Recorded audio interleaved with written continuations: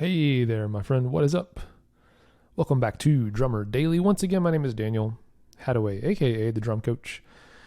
I'm pumped that you're here with me. Hey, first off, real quick, I do want to say I'm sorry about the audio in the last episode. I think I know what the problem was, and I hate that I didn't realize it. And I always listen back.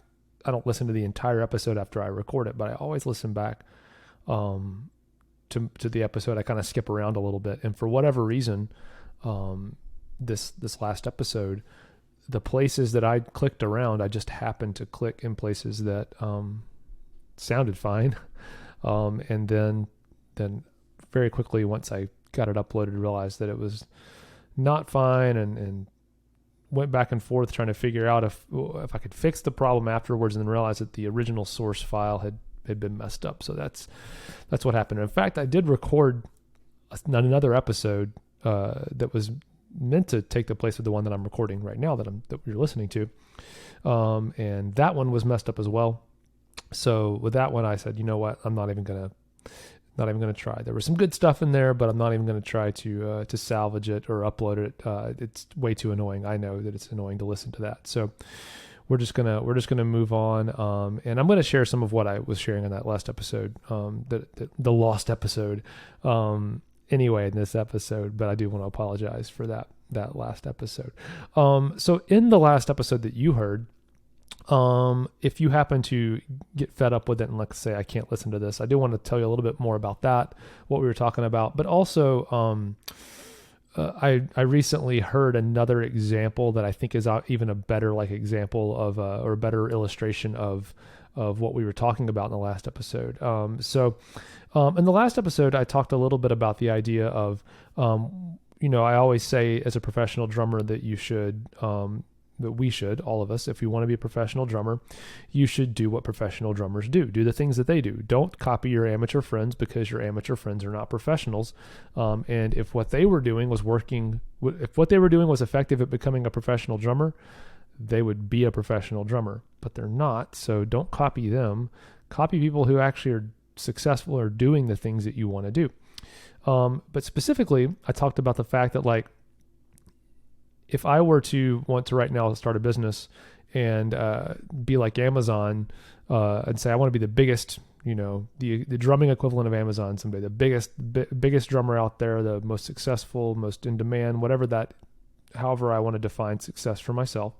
If I want to be the epitome of all of that, I wouldn't start out right now doing the thing that someone else in that position is doing right now, because that whole world, for example, Amazon is my example, that has its own sets of considerations and its whole world of problems that they are adapting to try to solve all the problems they're trying to solve that are different than where they were when they started. So, Amazon started out just selling books and now they sell everything. So if I were to try to start out and I want to be Amazon, I don't start right now doing what Amazon's doing right now. I start out picking one thing like they did and trying to grow into it. In the same way as a drummer, I talked about, you don't want to try to be the biggest and set up a system for your drumming and everything that accommodates thousands of people messaging you, asking you to play drums, because that's not what's happening right now.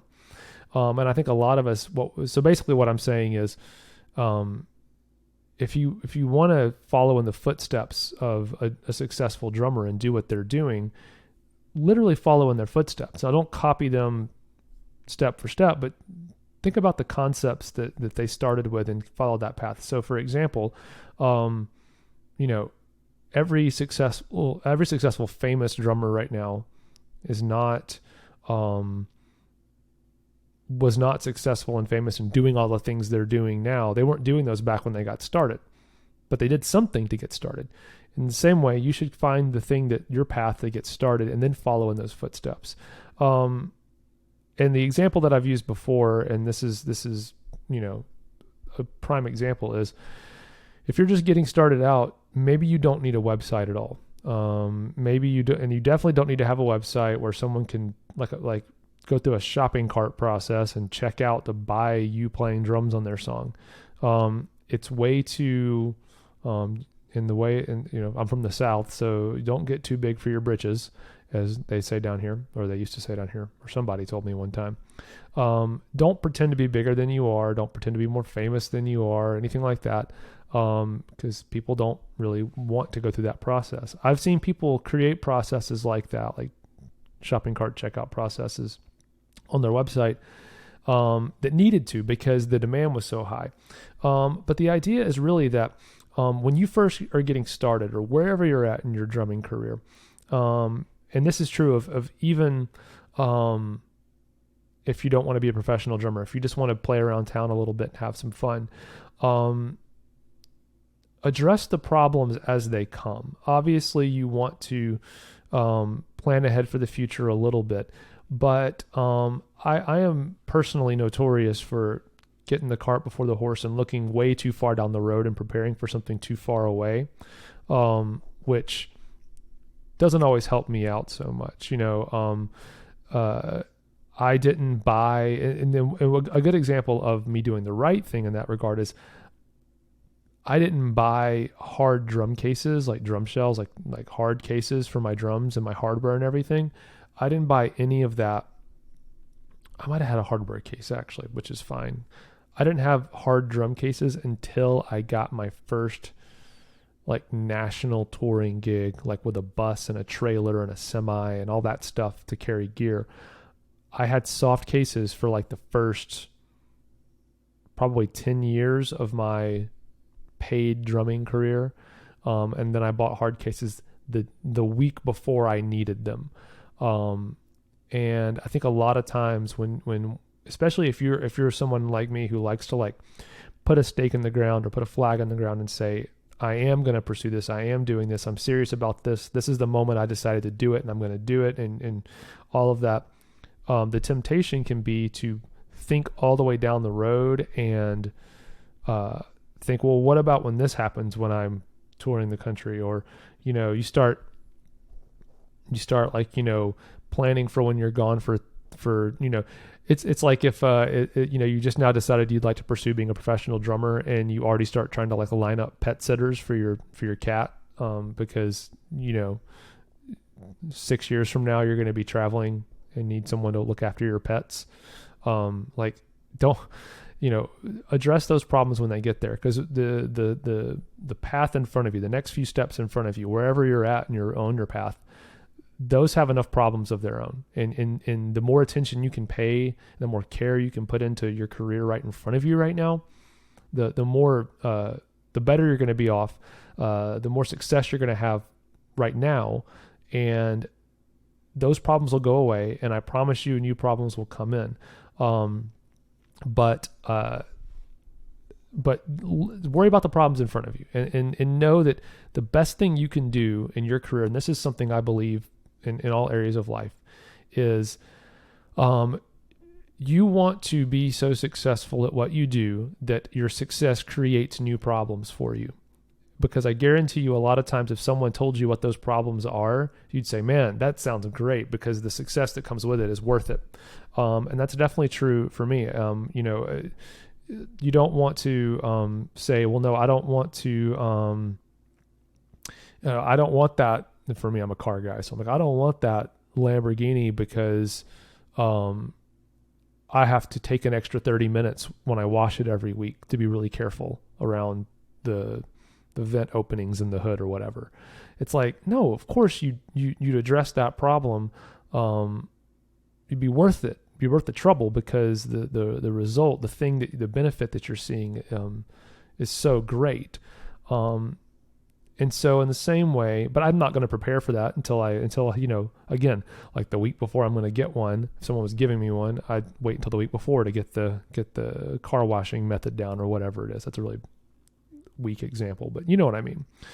So just look in front of you, have an eye to the future, be motivated by the future, but spend your energy and time and your music and everything else for the problems right in front of you.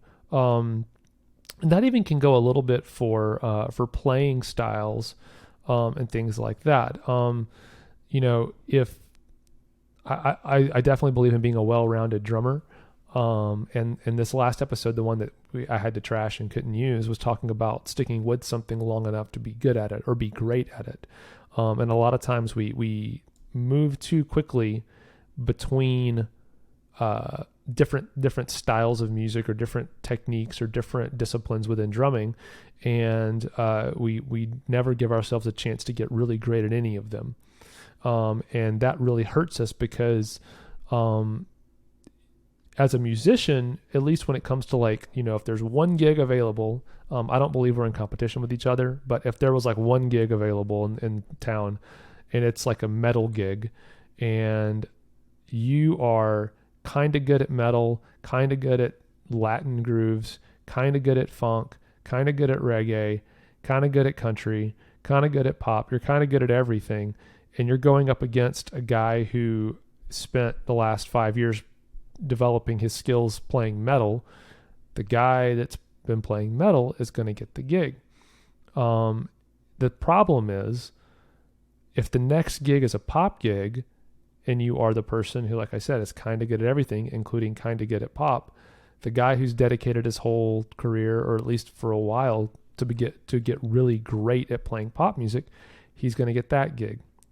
And then the next one, if it's a different style. So what you'll see is your preparation for everything made you good at nothing and made you unhireable. So you've got to focus enough to get great at something before you move on to something else. And that'll get you a long way. So yeah, that's kind of like a little recap. It's kind of a mishmash of topics, but I hope that helps you out a little bit. I think a lot of us don't have a long enough attention span to really put our careers in the right place as drummers. So I think the overall topic of what we're talking about is focus and discipline for the things that matter most, prioritizing things that matter most right in front of you. So that goes with career preparation, that goes with the kind of music you're practicing and developing your skills at, and that goes with just overall mindset. So I encourage you to just pull back a little bit, zoom in a little more on what you're doing right now or what's in front of you in your playing or in your career or whatever it is as far as drumming goes. Zoom in a little bit more on what's in front of you and spend some more focused energy on that and say, where are the gaps in where I'm at right now? Where can I get really great? And that can be true not just of playing, but of all the different aspects of being a professional musician. What's a small thing that I can get really great at right now and really, really, really excel at that before I move on to something else? Because it's a lot easier to maintain greatness than it is to accomplish it the first time. It's just like we say in business, it's always cheaper to keep your customers than it is to acquire a new one. Same thing goes with excellence in drumming. Getting up and getting that excellence, developing the skills you need, that's way harder than once you've kind of got there or feel like you're really excellent at a certain type of drumming, to keep it and maintain that skill. And so make sure that you're not switching to maintenance mode too soon on your drumming, and you really build up that skill and that knowledge base, that vocabulary as a drummer to the point where you are excellent. All right. Well, thanks for joining me today. I made this one a little longer to make up for the one that I missed last week. So I hope you enjoyed that. We will be back again really soon here on Drummer Daily. And I think... No, I don't want to spoil it. I've got another great topic for you on the next episode, and you'll just have to tune in when that one comes out to check it out. All right, thanks for joining me. We will talk again soon. Bye for now.